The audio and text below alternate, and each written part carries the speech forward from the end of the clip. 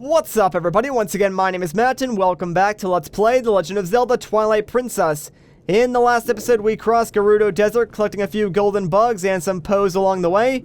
And in this episode, well, it's finally time to start the next temple of the game, so let's do it, man. I'm actually very excited about this because this temple is really cool atmospherically. It's also kind of creepy and a little dangerous. Like, as you can tell, any ground that is not completely solid is actually quicksand, so you do need to be a little bit careful when maneuvering through this temple just to make sure you don't get swallowed up by the quicksand, because, trust me, you don't want to do that.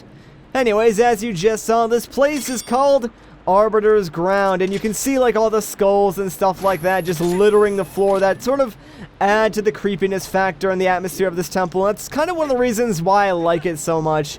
Now, you do want to be a little bit careful in this room in particular, because these sandworms, they will jump at you, and if they jump at you sort of while you're like crossing one of these platforms, they might knock you into the sand, and that could be disastrous. Now, first things first though, we do actually want to unlock this gate, that way we can sort of progress through this temple, so let's head over here. And by the way, anytime you want to cross the quicksand, I should mention this, make sure you do a roll attack, because not only do you move faster across the sand when you do that, you don't actually start sinking until like after the animation for your roll attack is over, so it does allow you to move a little bit safer across the sand. But real quick, let's use our claw shot to grab this pulley closer to us and onto solid ground, because trust me, you do not want to pull this thing while it's in the sand.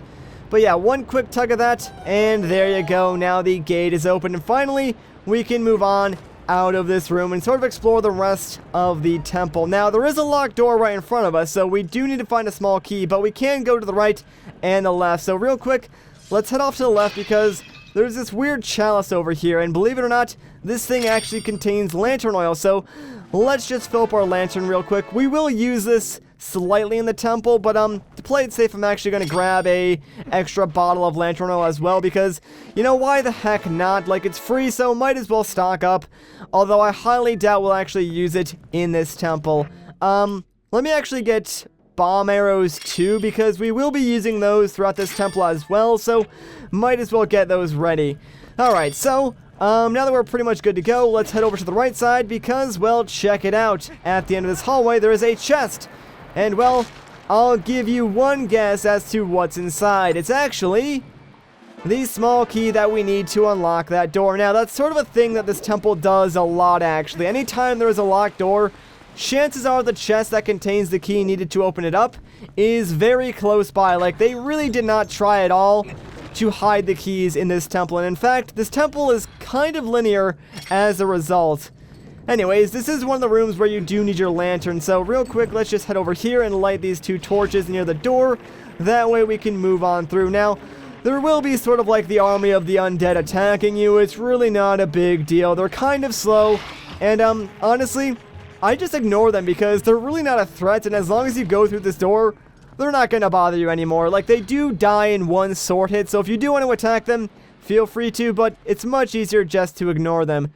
Anyways, now right through there is actually sort of like where the cool stuff of the temple happens, but of course, yeah, going there right away, they're not going to let you do that. Instead, these four Poes are actually going to steal like these flames off these pillars, and that's going to lock the door. Now, this is very similar to the Forest Temple in Ocarina of Time, so this temple is kind of like a giant nod to that, if you will, but sadly, this means that we have to explore the temple just a little bit more before we can get to all the cool stuff. So, just like in Ocarina of Time, these Poe souls are going to hide somewhere in the temple, and we do need to find them. But there is one in front of us, so let's transform into a wolf real quick. That way we can actually use our senses to see this Poe, and yeah, look at that. It's actually very different than the Poes we've seen so far.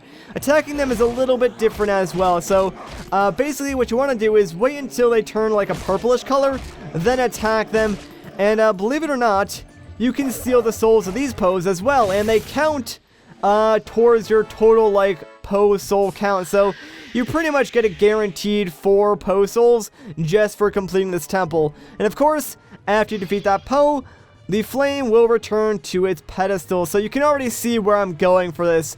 Obviously now we need to find and steal the souls of the 3 Poes to return the flames. That way we can sort of like go to the rest of the temple. And yeah, check it out. If you sniff the Poe that you kill, you can actually learn the Poe's scent. And this will be very helpful if this is your first time going through the temple, since you can sort of see where all the Poes went. However, since, like, you know, I've done this before, I'm probably not going to use it all that often. Before we start chasing down Poes, though, there are a couple of things that we can collect here in the main hub room, so we're going to do that because, well, they're actually pretty important items. So let's open up this chest and see what we get.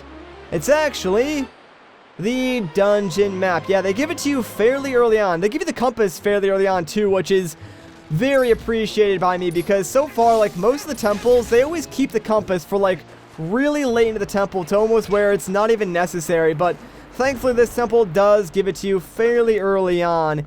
There is one more thing we can get, so real quick, let's just claw shot across this gap. And there is another chest that we can open up, and trust me, you probably won't guess what's in here. Well, check it out. It's actually a piece of heart. They literally just give you the pieces of heart in this temple, like both of them. I'm not even joking. They're literally just like in chests out in the open. You really don't have to do anything to get to them. Alright, so now that that is done, let's transform into wolf and actually start tracking down these Poes. So obviously the first one went somewhere in here, and if we dig down, well, all you're gonna find is like this pulley switch. So let's give it a yank and see what happens. And check it out, it reveals a hidden staircase, and we're actually gonna want to go down there first. So now that that is done, real quick, let's transform back into a human. You're gonna be doing this a lot throughout the temple, so get used to it. Now I want you to pay attention where the door is up here and where the door is down here. Like, this one is slightly pushed back farther, but what I'm trying to say is basically these two rooms are connected. They're just, you know, on separate floors. So something we do in this room will actually affect the room above us. So keep that in mind, I guess, you know, while you're going through here. Alright, let's take this guy out. And now that he is gone, what we can do in this room is grab onto this central pillar. And if we push it forward, well, check it out. It's actually going to move the walls not only down here, but in the room directly above us. And there's also a new type of enemy down here. This thing is sort of like a re-dead. If it gets close to you, it's going to scream and freeze you in place and try to attack you. But if you stand far enough away and use bomb arrows, yeah, you can take it out in 2 hits. So any threat that the enemy did have is completely nullified if you use that trick. Alright, so inside this chest, we got ourselves another small key, which we will use very shortly. But first, if we take our claw shot and look up, well, guess what? There is a target that we can get onto and sort of make our way into the second floor. But you'll notice, like, both other exits have been closed since we moved the walls. However, we can go down this hallway and enter this sort of like dead-end type room if you look on the map. But it's actually very important because, well, if we transform into a wolf and turn on our senses, yeah, check it out. There's actually a Poe hiding out in this room, so we can get ourselves another flame as soon as we kill this guy. So there we go. Let's just attack him once.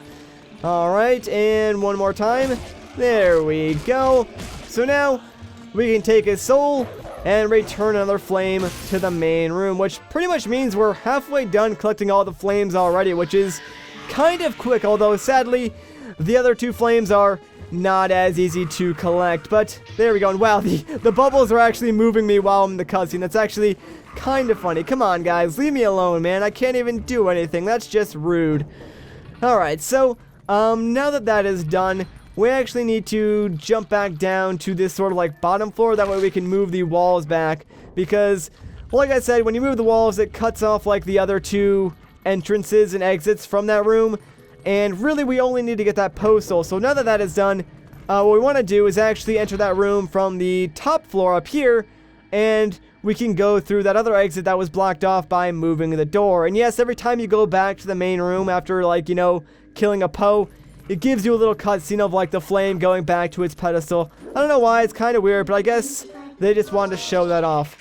Alright, so we are going to continue exploring the left side of this temple. Did I say right side before? Because I think I might have. If I did, well, I mean, technically I'm not 100% wrong, because on the GameCube version it would have been the right side of the temple, but no, it is indeed the left side. And that's pretty much how this temple actually works, because like I said, it's very linear, so by the time you finish exploring all of the left side of the temple, it's actually going to loop you back around through the main hub room into the right side. So it's kind of cool like that, I guess.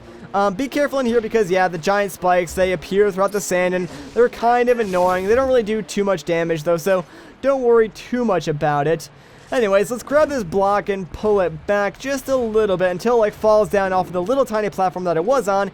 And now we can push it forward just a little bit more. And this is important for a puzzle coming up. You'll see in actually a second here. So now that that is in place, directly in front of us is sort of a chandelier. Now, obviously that's blocking our path, so what you want to do is come up here and grab this chain, and if we start pulling it back, well, you'll notice it's going to start lifting up the chandelier. And that's sort of why we moved this block into place, because now we can pull this chain back even farther, and we kind of want to pull this back all the way. That way it sort of like locks in place for a little bit, and now if we're fast enough, we can get all the way to the other side before that thing falls back down. Now, if you didn't pull it out all the way, you can actually just like stand in the center of the chandelier, and it won't actually crush you, so it does give you the ability to climb up from the inside and jump over to the other side if you didn't make it in time. But hey, check it out, there is a chest just chilling here right on the open, so let's open this up. And well, we got ourselves the dungeon compass. Like I said, they do give it to you fairly early on. So, now this room is actually very similar to that of the one underneath the hidden staircase. So if we grab onto the statue, we can actually pull it, and it will move around the walls, giving us access to 2 different areas. And we want to head down here first, but be careful because, ooh, creepy mummy coming to life. But of course, we're just going to shoot it with 2 bomb arrows and, well, kind of make these enemies less scary. Like, I have a feeling that was supposed to be, like, really creepy, but just because of the bomb arrow trick, really doesn't bother me anymore. Anyways, inside this chest, we got ourselves a small key, so guess what? On the other side of this hallway is a locked door, so yeah, like I said, every time you get a small key, chances are there is a locked door very close by. It kind of does make these small keys less useful in my opinion, because it does get rid of like the guesswork of what happens when you get a small key. Like normally, it's like, ooh, I got this key, now I gotta figure out, you know, what door to use it on, but in this temple, it's like, oh, I got a small key, and then you look to your left or whatever, there's like 90 locked doors you can use it on, so it really kind of just makes them a little less useful. Alright, so in this room, yeah, as you can tell, there's a bunch of these little undead soldiers, and normally I would ignore them, but in this room, since the corridors are so tiny, and there's a couple of these weird mummy enemies in here, I would actually recommend taking them out before you go too far in this room, just because the mummies are way more of a threat if they actually do freeze you. And there we go. Now that he is gone, all threats have been neutralized. Sweet. Now that's out of the way, let's actually transform into a wolf. And if we turn on our senses, yep, you can see that a Poe went down over here. So let's dig this up and check it out. It's just another like pulley switch thing. So let's give it a yank. And ooh, creepy hidden door. And behind this door is a Poe. So we know what to do. I need your soul, Poe. I also need, like, your eternal flame that you stole, so if you could give that back, too, that'd be great. But, I guess your soul is a pretty decent prize as well. But I'll take both of them, so thank you very much. There we go.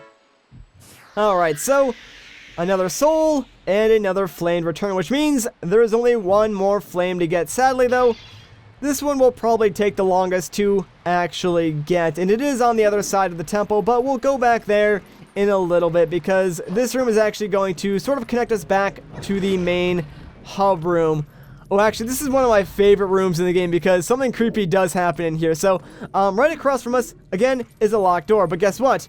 Right over here, there is a chest, so we can open this up, and inside is the small key that we need, but right after we collect this, yeah, the room goes dark, and I want you to pay attention to, sort of like the way you can move in Midna right now. Like, she's freaking out, and yeah, we can only move this fast right now. So, let's turn on our senses and check out a bunch of, like, ghost undead rats are just latched onto us. It's really just, like, creepy and disturbing. So, you gotta make sure you shake those off you before you can actually, like, move on through. Anyways, so now we are back in the main hub room, except we're sort of, like, elevated above the door that we, you know, went into that half of the temple with, which is good because now we can enter the other side of the temple from the top, which is where we want to be. So let's just jump across here. And I recommend doing this as Human Link, by the way. I mean, you could technically do it as the Wolf Link, but, I don't know. I feel like Human Link just controls a little bit nicer, especially for sort of precise jumps like that, because if you do fall down, you will have to, like, go back through the temple. So I just like to play it safe, I guess. Alright, so there's a lot going on in this room. First things first, we want to jump down here. Not actually onto this block. We want to land on the floor. There we go. And we want to push this block forward because it's going to do a couple of things for us. After it goes all the way forward, we'll actually be able to climb it, and then we can walk across it later on. But it also opens up this little corridor and gives us access to this chest, which contains 20 rupees. Now, that's not important. The corridor is actually, because if we walk down through here, it'll actually lead us to a door that'll take us back to the main hub room. We don't want to go through there just yet, though. Instead, let's head up here and check it out. There's another chandelier blocking our path and another chain pulley. So let's grab this and whoa, real quick. That was not the way that I planned on going. Yeah, let's grab this and actually pull it out because we want to raise this chandelier up. Now, if you want to progress through this temple, what you want to do is basically pull this up enough to the point where you can make it into the center of the chandelier, have it like come crashing down around you, and then jump across to that door. But if you're quick enough, you can make it over here to this chest, which contains, 20 rupees. I thought it was 50 rupees. Yeah, whatever, my bad. Not really worth it then. And, oh man, we weren't fast enough. But yeah, if you're like fast enough to roll like, I don't know, maybe twice or something, you can actually end up underneath the, chandelier without having to go all the way back. But since we were too slow, we do have to like take the walk of shame and you know, redo the entire chandelier thing all over again. So yeah, thankfully that corridor exists for that reason, I guess. But let's just do it one more time. So we'll grab this, and again, man, see, every single time I grab onto that pulley, like it reorients the camera and like completely messes up with the way that I'm like, you know, pushing the control stick. It's kind of weird. Alright, so let's pull this back again and raise the chandelier up. I'm kind of upset we didn't get it our first time, but not really a big deal, I guess. And alright, that should do it. Oh wow, that thing attacked me at probably like the best time it could have, since I had already finished like pulling these chandelier. And oh man, I wanted it to get crushed by it. Oh well, what are you gonna do? Anyways, let's just head through this door now, and well, we're pretty much almost to the next postal, believe it or not. We're kind of close. There's sort of like a mini-boss that we do need to fight in between now and then. And there's also this guy that we need to fight, but he's really easy. So, yeah, they trap you in this room with, like, this Stalfos or whatever this guy actually is. And it's kind of funny. They make him out to be some huge, tough enemy, right? Well, guess what? This guy is really susceptible to bomb arrows. So, yeah, one bomb arrow, and the dude is completely gone, like, annihilated. There is no trace of him left anywhere. It's kind of funny, actually. And let's see what's inside this chest. Oh, we got ourselves some bombs. Very nice. I believe there's also another chest in here that does give you bombs as well. So I guess it's kind of nice to stock back up on them, considering we have been using them a lot. And there you go. See, I kind of guess they knew about the bomb arrow trick, because why else would they give you like randomly 10 bombs, considering you really don't use them like anywhere else in this temple. Alright, so, ooh, this room coming up. This is actually the second room where you need your lantern, or I guess, like, the only other room where you need your lantern. Now, the puzzle's really kind of weird in here. So, there's this one central torch, and then there's 5 back here.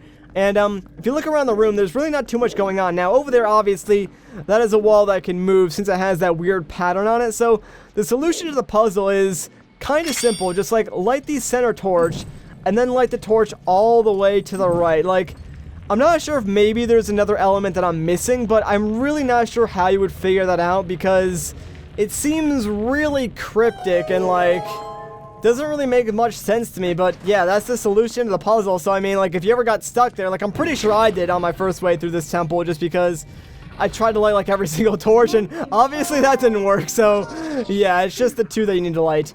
Anyways, well, in here is actually where we're gonna find our last Poe, and this guy, yeah, he's kind of a jerk. What he does is he splits himself into 4 copies. Again, similar to the last, you know, Poe fight in the Forest Temple in Ocarina of Time. So, what you want to do is, pretty much just follow him around the room and wait until you find the real one. Like, the real one is the only one that'll turn purple, and yeah, targeting the real one is actually kind of tricky, because you can target all the fake ones at the same time. So, that kind of stings. But yeah, pretty much just wait until they stop spinning around, look for the real one, and then attack it quickly, hopefully without targeting any of the fake ones. Oh, there he is. Come on. Yes, we got it. All right, sweet. We got one attack in, so we only need to get one more now. So thankfully, you do only need to get like the 2 attacks in, so this fight shouldn't take too long, assuming, you know, we get like good RNG and he's actually like nearby us most of the time. And no, why'd I target onto the wrong one again? That's so annoying, man, because as soon as you target onto it, like, it changes the way you sort of move. So doing that, like, didn't allow me to just jump straight forward, and gosh dang it, it was behind me. And now we're in the sand, so that is not good. You kind of want to stay in the center of the room too, because obviously when you sort of like lunge forward, you don't want to hit a wall or anything like that. So come on, dude. Where are you at, man? Alright, where is he? Where is he? Where is he? Oh, there he is. I got him. Oh, no, I'm in the sand. No, no. Gosh dang it, man. You move slow in the sand. That was dumb. That was legitimately my fault just for being stupid and walking in the sand. Alright, you know what, dude? We're gonna get you this time. We really are. Like, I swear we're gonna get you this time. Stop spinning. This fight honestly should not take this long. Like, I should have been done like 2 turns ago, but I'm just bad, I guess. Stop spinning. Alright, there we go. And, oh, come on. You had to be all the way over there.